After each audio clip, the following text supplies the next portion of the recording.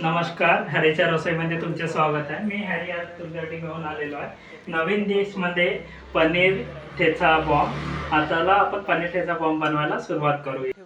सगळ्यात अगोदर तर आपण शेंगदाणे भाजून घेऊया. शेंगदाणे भाजायला ठेवलेले आहे. शेंगदाणे भाजले की आपण त्याला छान एका ताटामध्ये काढून घेणार आहे. शेंगदाणे असे आपले छान भाजून झालेले आहे. आता त्याला आपण एका ताटामध्ये काढून घेतलेले आहे. आता आपण मिरची भाजून घेऊया. त्याच कढईमध्ये मिरची भाजायला टाकली की मिरची पण छान प्रकारे अशी भाजून घ्यायची. मिरची छान अशी आपली भाजली गेली आहे. त्याला पण साईडला काढून घेऊया. आपण तेव्हापर्यंत शेंगदाण्याचे सालसुद्धा काढून घेऊया. एका कढईमध्ये आपण पाणीसुद्धा गरम करायला ठेवले आहे. जेव्हापर्यंत पाणी उकळते तेव्हापर्यंत आपण ठेचा तयार करून घेणार आहे. ठेचा तयार करण्यासाठी आपण एक मिक्सरचं जार घेईन. त्यामध्ये ठेचाचे जे सामग्री आहे जसे की शेंगदाणे, मिरची, लसणच्या कळ्या आणि सांबार घेणार आहोत. आपण अगोदर शेंगदाणे टाकून घेतलेले, त्यानंतर मिरची जे आहे ते सुद्धा टाकून घेऊ. मिरची टाकली की आपण जे लसण सोललेलं होतं ते सुद्धा आता आपण लसणसुद्धा यामध्ये टाकून घेणार आहे. यानंतर सांबार टाकून घेऊया. आपण सांबार घेतलेला आहे. सांबारासोबत त्यामध्ये थोडे आपण जिरे आणि मीठसुद्धा टाकून घेतलेले आहे. जिरे आणि मीठ टाकलं की त्याला मिक्सरमधून बारीक करून घेऊ. मिक्सरमध्ये छान प्रकारे बारीक झालेला आहे. त्याला आपण एका बाउलमध्ये काढलं आहे. आता जे आपण पाणी ठेवलं त्यामध्ये शेवया उकळून घेऊया. शेवया आपण बाउलमध्ये टाकलेल्या आहे. आता त्याला छान प्रकारे उकळून घ्यायच्या. त्या उकळल्या की एका प्लेटमध्ये त्याला काढून ठेवायचं बाजूला. ते छान प्रकारे आपले उकडलेले आहे. आता प्लेटमध्ये आपण बाजूला काढूनसुद्धा ठेवलेलं आहे. आता आपण पनीरसुद्धा कट करून घेणार आहे. पनीरचे छान असे क्यूबसारखे पीस कापून घेणार आहोत. पनीरसाठी क्यूबसारखे असे पीस कापायला आपण सुरुवात केली की ते छान प्रकारे कापून घ्यायचे.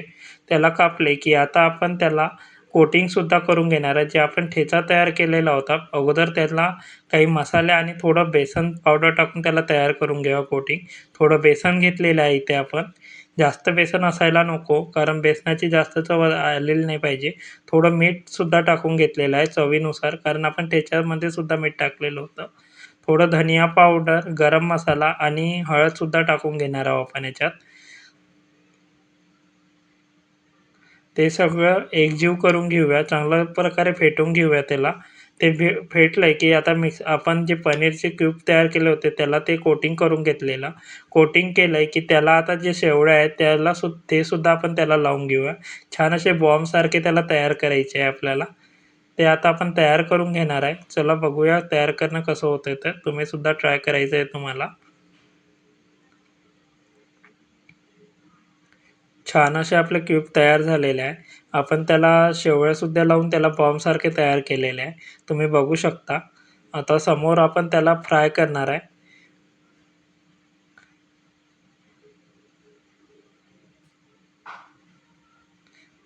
आता आपण एक कढई ठेवली, त्यामध्ये तेल टाकलेलं आहे. त्याला आपल्याला जे क्यूब आहे ते फ्राय करायचे आहे. ते फ्राय करायला आपण गरम तेल झालं की त्यामध्ये क्यूब टाकलेले आहे. आता त्याला चांगले फ्राय होऊ द्यायचे. आता फ्राय झालेले आहे. आता त्याला एका प्लेटमध्ये आपण काढून घेऊया. ते प्लेटमध्ये काढले. आता आपण टेस्ट करणार आहे. चला टेस्ट करून बघूया.